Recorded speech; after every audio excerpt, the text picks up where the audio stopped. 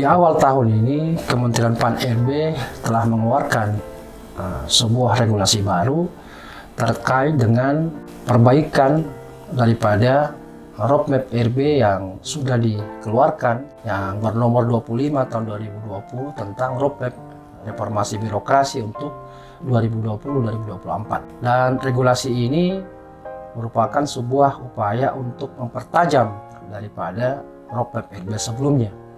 Dan dikeluarkanlah regulasi berupa Permenpan nomor 3 tahun 2023. Tentu kita support langkah pemerintah ini, tetapi perlu juga kita mengantisipasi kira-kira apa tantangan-tantangan yang bakal dihadapi, sehingga apa yang menjadi target daripada roadmap RB perubahan ini betul-betul bisa memberikan dampak bagi masyarakat.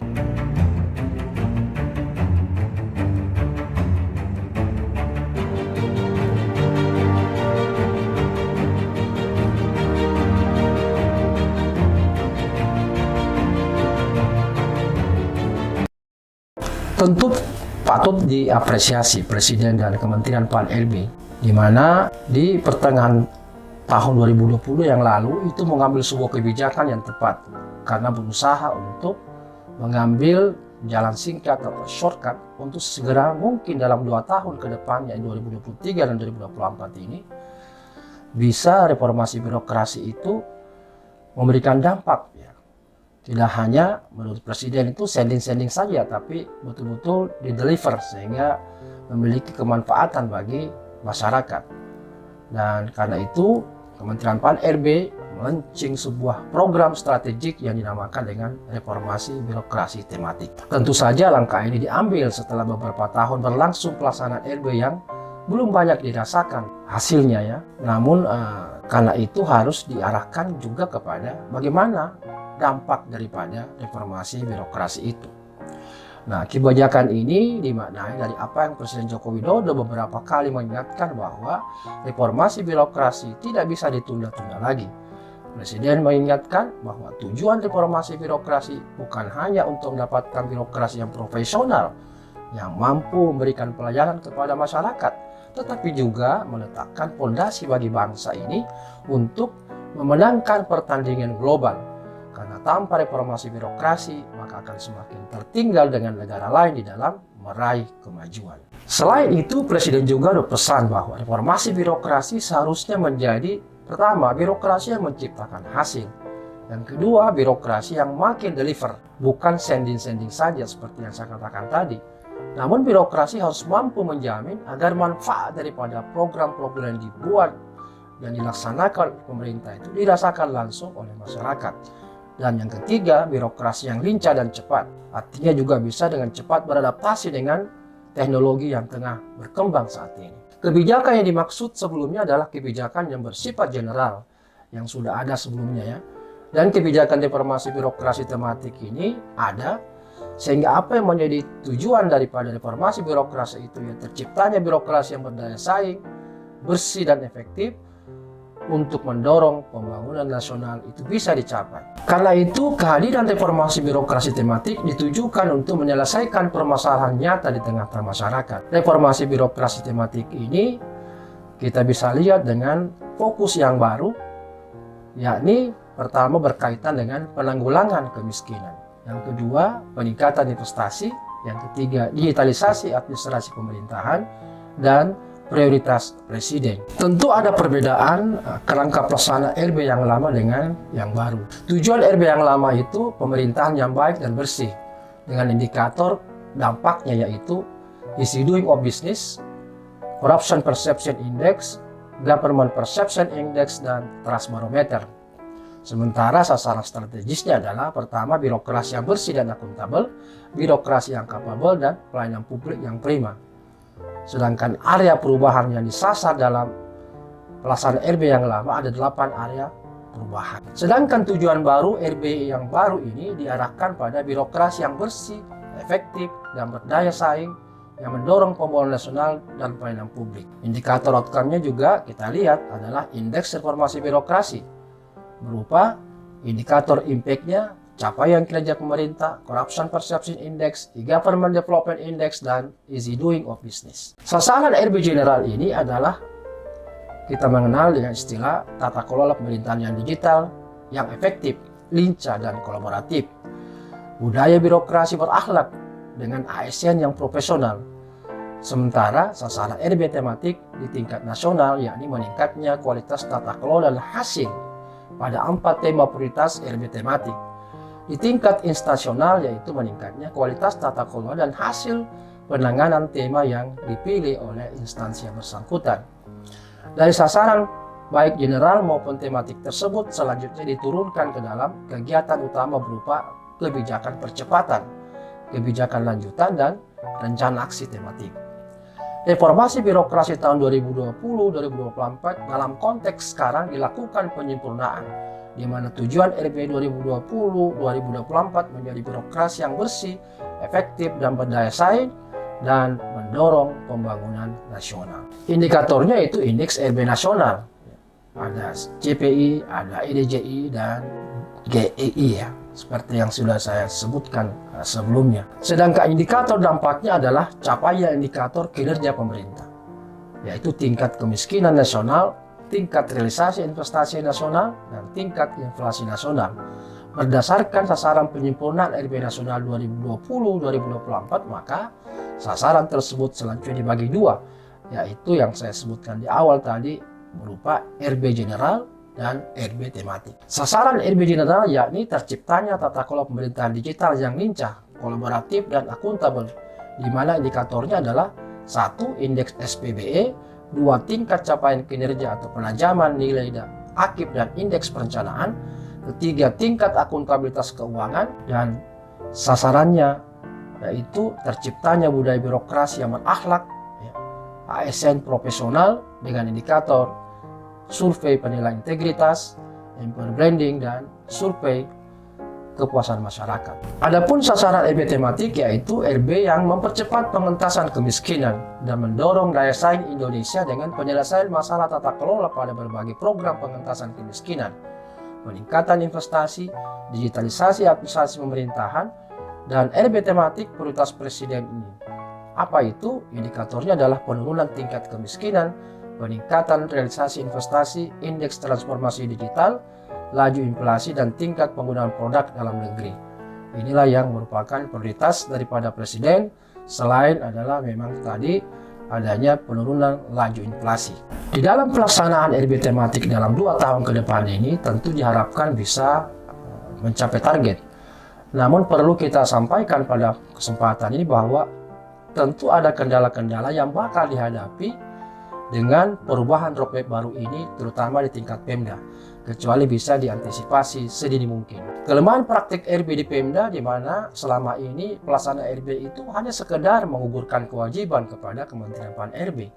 Akibatnya sulit memang menaikkan indeks RB-nya, dan itu kita bisa lihat atas hasil evaluasi pelaksanaan RB di pemerintah daerah, yang kalau kita targetkan mereka-mereka yang memiliki kualifikasi indeks dapat A atau A itu masih terhitung bari, sehingga ini perlu juga dicarikan solusinya bagaimana pelaksanaan RB itu bukan sekedar menggugurkan daripada kewajiban mereka di setiap awal penilaian dan penilaian akhir. Yang kedua, pelaksanaan RB di Pemda itu tidaklah dalam satu ekosistemnya, sehingga apapun fungsi perangkat daerah berupa berbagai program yang dibebankan beserta kegiatannya itu merupakan kegiatan yang sama sekali terpisah dari ekosistem RB, sehingga yang terlihat bahwa pencapaian target-target program sesuatu itu yang pencapaian target-target program ada sesuatu yang terpisah dari nuansa RB. Akibatnya banyak program yang tidak tercapai, yang tercapai hanya kegiatan berupa output saja. Outcome dan apalagi dampak sangat jauh dari harapan. Inilah yang terlihat selama ini, sehingga mungkin ini juga menyebabkan Presiden melalui Kementerian RB perlu mengarahkan kembali pentingnya RB itu harus benar-benar berdampak bagi masyarakat dan pembangunan. Yang ketiga, secara teknis Pemda itu jarang ya yang memiliki acuan strategik bagaimana melaksanakan RB dan dapat terus meningkat kualitasnya. Artinya Pemda banyak melakukan RB hanya berupa memenuhi dokumen yang dikehendaki oleh apa yang kita sebut dengan pelaksanaan mandiri penilaian reformasi birokrasi atau penilaian mandiri pelaksanaan RB atau PMPRB. Mengapa? Sebab Pemda tidak hanya memiliki roadmap RB. Kalaupun ada substansi terkait bagaimana RB di Pemda dilaksanakan secara terstruktur dan terukur, itu tidak dilakukan dengan baik. Yang keempat, belum terintegrasinya program dan kegiatan RB dengan penganggaran setiap tahun. Itu kita masih lihat, walaupun daerah itu memiliki salah satu misinya yaitu peningkatan kualitas tata pemerintahan yang baik, tetapi kaitannya dengan RB itu sangat miskin anggarannya. Dan seolah-olah pelaksanaan RB itu hanya menjadi tanggung jawab biro atau bagian organisasi di Setda yang ada di Pemda. Tetapi pelaksanaan RB yang seharusnya ada di setiap perangkat daerah tidak dianggarkan, sehingga biro atau bagian organisasi itu dibiarkan begitu sendiri. Fungsi dari inspektorat, Bapelitbanda, dan biro atau bagian organisasi itu belum menjadi ujung tombak dalam mengawal pelaksanaan RB selama ini. Yang kelima, ketika Kemenpan RB meminta daerah mengimplementasikan RB tematik, maka kendala utamanya menurut perspektif para pimpinan perangkat daerah adalah apakah ada anggaran yang disediakan. Yang kedua, program dari pusat tersebut bukanlah program prioritas Pemda, karena yang utama adalah bagaimana kepala daerah tercapai target yang sudah disepakati dengan pihak DPRD berupa program prioritas daerah yang sekaligus menjadi indikator kinerja utama daripada kepala daerah. Program-program yang didistribusikan dari pusat banyak mengalami hambatan dalam pelaksanaan di Pemda karena bukan target yang harus dicapai, sehingga anggarannya tidak tersedia di daerah karena di luar dari program prioritas kepala daerah atau Pemda. Yang keenam, disharmoni antara institusi yang seharusnya menjadi penggerak utama pelaksanaan RB belum terjadi dengan baik. Terutama praktek RB di Pemda, di mana Pemda masih sangat bergantung pada arahan Kemendagri, termasuk dalam hal ini regulasi yang masih ada yang belum harmonis, terutama dalam kaitan dengan perencanaan pembangunan di daerah, baik dalam RPJMD maupun Resta. Sehingga jika tiba-tiba memasukkan suatu program dan kegiatan, namun nomenklaturnya tidak ada, maka pasti tertolak di dalam sistem yang dibangun oleh Kemendagri yang disebut dengan SIPD. Disharmoni terjadi sampai kepada kepemilikan data yang tersimpan dan merasa biasanya itu milik perangkat daerah tertentu, sehingga masing-masing perangkat daerah itu saling tidak mau berbagi data dan informasi. Ini salah satu kendala lain yang kita bisa saksikan. Menyimak strategi pelaksanaan RB yang telah dipaparkan oleh Kementan RB, baik yang bersifat general maupun tematik, ini akan tentu mengalami kendala, baik teknis maupun manajemen. Di dalam penjelasannya, pihak Kemenpan RB, langkah baru dan awal dalam evaluasi pelaksanaan RB yang baru ini adalah menilai kinerja RB existing yang didasarkan pada roadmap yang ada, termasuk di dalamnya rencana RB yang sudah dibuat, kemudian dinilai bagaimana pelaksanaannya. Melalui aktivitas monitoring dan evaluasi secara internal, penilaian yang bersumber dari luar, evaluasi pasca pelaksanaan atau expose yang dilakukan oleh evaluator dari Kemenpan RB, dan setelah itu disusul laporan evaluasi eksternal. Hasil laporan eksternal tersebut bertindak lanjuti dengan penyusunan rencana aksi sebagai tindak lanjut daripada laporan eksternal. Nah, tindak lanjut tersebut tentunya disinkronisasi dengan roadmap dan rencana aksi baru atau merupakan rencana aksi modifikasi yang relevan dengan target dan tujuan daripada RB tematik ini. Masalahnya roadmap dan rencana tersebut tidak seperti dibayangkan jika Pemda memiliki roadmap dan rencana aksi yang baik, atau bahkan yang kita lihat banyak daerah yang memiliki roadmap. Sehingga dalam konteks ini Kementerian PAN RB tentu memberikan kelonggaran kepada Pemda untuk segera mungkin menindaklanjuti penyusunan roadmap ini yang kita lihat sampai di akhir bulan April. Apakah bisa? Tentu tergantung pada keinginan yang kuat daripada Pemda sendiri. Roadmap ini akan efektif jika terintegrasi ke dalam RPJMD atau minimal dalam register perangkat daerah. Karena ini adalah faktor krusial yang sulit dilaksanakan dalam situasi akhir, tentu apalagi dalam masa jabatan kepala daerah, kecuali kepala daerahnya adalah PJ. Sehingga RPJMD kepala daerah PJ ini bisa segera disesuaikan. Kalau kinerja daerah yang masih dalam masa jabatan 2023-2024, tentu masih bisa melakukan RPJMD perubahan yang relevan dengan apa yang menjadi arah kebijakan Kementerian PAN RB terkait dengan RB tematik ini. Pertanyaan yang menyertainya adalah apakah di dalam Permendagri 90 tahun 1991 itu dan Sistem Informasi Pemerintah Daerah atau SIPD ini ada nomenklaturnya.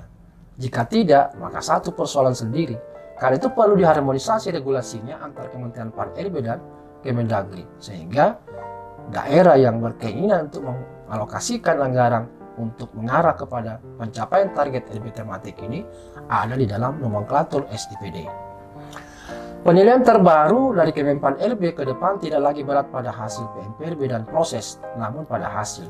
Dan kedepannya tidak harus semua dari ke-8 area perubahan itu wajib dilaksanakan, namun diserahkan kepada Pemda mana-mana saja yang menjadi prioritas dari 8 area perubahan yang dipandang sebagai area yang harus diutamakan untuk diselesaikan dan sekaligus sebagai pemicu perubahan terhadap area-area perubahan yang lain. Dalam konteks ini saya kira memang kerangka logis ya daripada RB tematik ini perlu benar-benar dilaksanakan.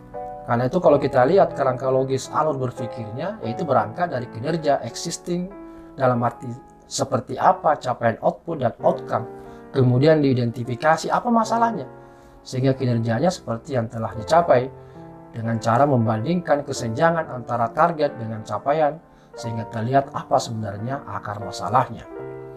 Problem utama di Pemda adalah masih kuatnya kerja dengan silo-silo, untuk bekerja dan lebih melihat dirinya sendiri melalui kewenangan yang mereka miliki tanpa berupaya mencapai kinerja dengan mencoba berkolaborasi dengan perangkat daerah lain. Ini tentu berkaitan dengan belum selesainya mental daripada perangkat-perangkat daerah terkait dengan ego sektoralnya. Asumsinya RB tematik dapat berhasil manakala kinerja yang diinginkan yang berangkat dari akar masalah tersebut dapat didesain secara sistematis dengan mengedepankan kerja kolektif atau kolaboratif. Dalam logika RB tematik, maka prinsip yang dipakai bahwa penetapan kinerja didasarkan pada logika kerangka kerja dan prinsip sharing outcome, sehingga tidak ada lagi sikap silo-silo atau terfragmentasi program, karena sejatinya program akan dicapai targetnya berupa outcome melalui kolaborasi, termasuk dalam hal rencana aksi dan implementasi dan mekanisme monitoring dan evaluasi. Dengan demikian, persoalan penurunan angka kemiskinan dan realisasi investasi tidak lagi hanya diklaim sebagai kewenangan oleh salah satu perangkat daerah. Karena itu solusi yang kita bisa tawarkan pertama bahwa bagaimana mindset daripada para pimpinan perangkat daerah ini harus berubah. Dari cara kerja dengan menggunakan silo mentality ke collaborative mentality. Yang kedua, segera lakukan perubahan terhadap RPJMD dan Renstra. Karena kalau tidak masuk dalam dokumen perencanaan maka tidak akan disediakan anggaran dan tidak dapat distribusikan program LB tematik kepada perangkat-perangkat daerah yang bertanggung jawab terhadap fokus baru daripada LB tematik ini. Ketiga, Kemendagri harus mau melenturkan aturan pilihan program dan kegiatan yang tidak ada di SPD mereka. Sepanjang hal tersebut tidak terkait dengan sasaran LB tematik, maka akan sulit untuk diprogramkan oleh pemerintah daerah.